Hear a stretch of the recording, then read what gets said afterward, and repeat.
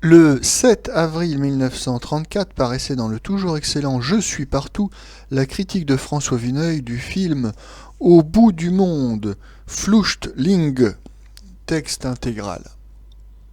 On sait le rôle qu'a longtemps tenu dans le cinéma européen la firme UFA de Berlin, dont la puissance datait surtout de l'époque où l'habile Erich Pommer avait obtenu la fusion de cette compagnie et de la Decla, réalisant ainsi le plus important trust cinématographique de l'ancien continent. Un contrat de prétendue réciprocité permettait à la UFA de nous fournir chaque année une série des versions françaises de ces films. Le travail était toujours proprement fait. La devise de la firme, défense de doublé, amusait et rassurait par contraste avec les affreux cuisinages de la synchronisation. La UFA put nous inonder d'opérettes tantôt charmantes, telles que Le Congrès s'amuse, tantôt tirées au maître, de romans policiers, de documentaires, voire de comédies parisiennes tournées en terre étrangère par nos meilleurs acteurs. Comme toutes les usines à films, la UFA possédait des cadres presque exclusivement israélites, qui ont été les premiers atteints par les prescriptions d'Hitler, et cela en raison même du rôle important qu'ils pouvaient jouer. Erich Pommer n'a pas été épargné et s'est hâté d'émigrer avec ses principaux collaborateurs. Qu'allait devenir la UFA, rapidement conquise aux doctrines et méthodes du Troisième Reich ? On put penser d'abord qu'une révolution aussi catégorique, chez notre plus redoutable concurrente, tournerait un peu à notre avantage. Mais on a vu bientôt que le désenjuivement de la UFA, dont nous avons aussitôt adopté les plus obscurs exclus, n'a fait qu'accroître la confusion internationale de notre cinéma. Pour la UFA, nouveau régime, elle possède même ce que n'avait pas l'ancienne, des salles d'exclusivité au cœur de Paris. Sous le pavillon de l'Alliance cinématographique européenne, ACE, qui édite chez nous toutes les productions de la UFA, c'est donc le docteur Joseph Goebbels, ministre allemand de la propagande, qui veille chaque semaine au divertissement de quelques milliers de Français. Ainsi, la clause de réciprocité joue toujours, alors que nous n'avons certainement pas exporté durant la dernière saison une demi-douzaine de films outre-Rhin. Commercialement, la situation est dérisoire. Pour le reste, le programme général de la UFA comporte deux parties. Des films de fantaisie, musicaux surtout, des films de propagande hitlérienne. Chez nous, depuis un an, nous n'avons guère vu que les premiers. On s'inquiète, on se demande si tel écran ne dissimule pas une maison brune, et l'écran ne débite que des gentillesses ou des sornettes viennoises. Les œuvres Echt Deutsch ne sont pas encore réservées à l'exportation. On attendait donc avec quelque curiosité le premier film conçu selon l'évangile nazi et qui avait eu les honneurs de la traduction française. On savait qu'il se nommerait Au bout du monde. On le prétendait tour à tour violemment agressif ou parfaitement incolore. La version éditée à notre usage apparaît sur un écran absolument neutre, celui de l'intransigeant. C'est un spectacle moins déroutant qu'on ne le supposait, assez régulier d'ailleurs à plusieurs égards.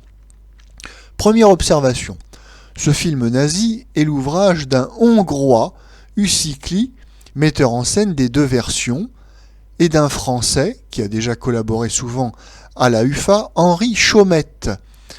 La technique, elle, est sensiblement dans la tradition de la UFA de 1928 et même de 1932. Le même style sert aux fins politiques les plus divergentes. Nous avons vu des films pacifistes, sociodémocrates, qui tâchaient de nous convaincre avec des moyens identiques.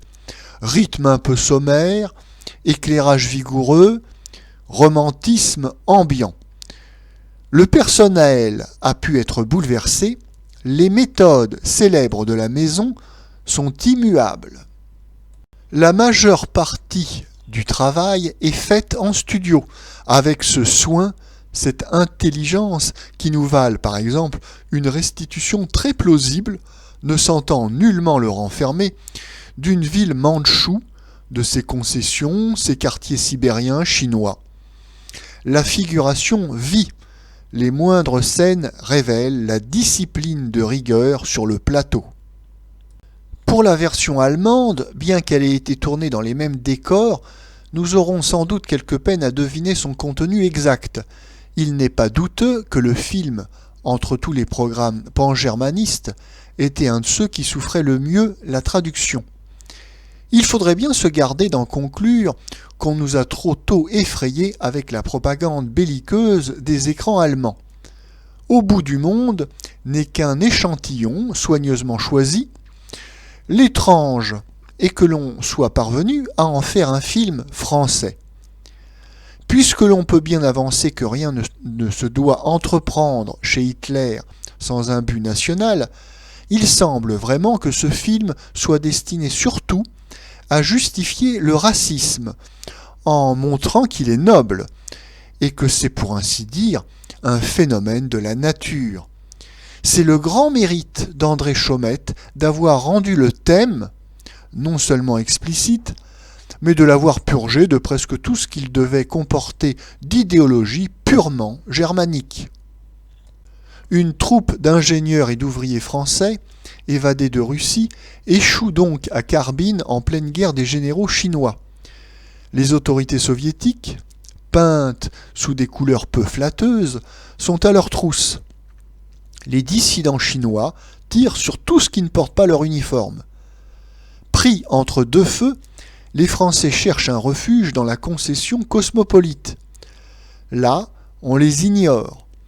Pendant qu'ils se débrouillent par leur propre force, les délégués palabrent à l'infini sur leur sort, sur les décisions juridiques à prendre. Symbole frappant de la société des nations, de son inutilité. Un aventurier français, d'origine, mais devenu après la guerre une espèce d'Aimaitlos, un nommé Arnaud, cherche à s'enfuir de son côté. Il rencontre ses compatriotes, il les rabroue cyniquement, mais des circonstances périlleuses l'obligent à prendre leur tête. Dans le danger, dans l'action, le sens national se réveille chez lui. Devant la confusion des humbles cervelles, le désarroi qui s'empare de tous à la suite de quelques invectives défaitistes, il redevient le chef, ordonnant, obéit, seul capable de sauver la troupe. C'est la condamnation de la démagogie, le triomphe de l'autorité reconnue indispensable. Quand on est vraiment averti, on voit bien se profiler derrière Arnaud le salut à la romaine du Führer. Mais Henri Chaumette a su effacer toutes les allusions visibles, refondre un sujet si éloigné de nos habitudes intellectuelles ou sentimentales.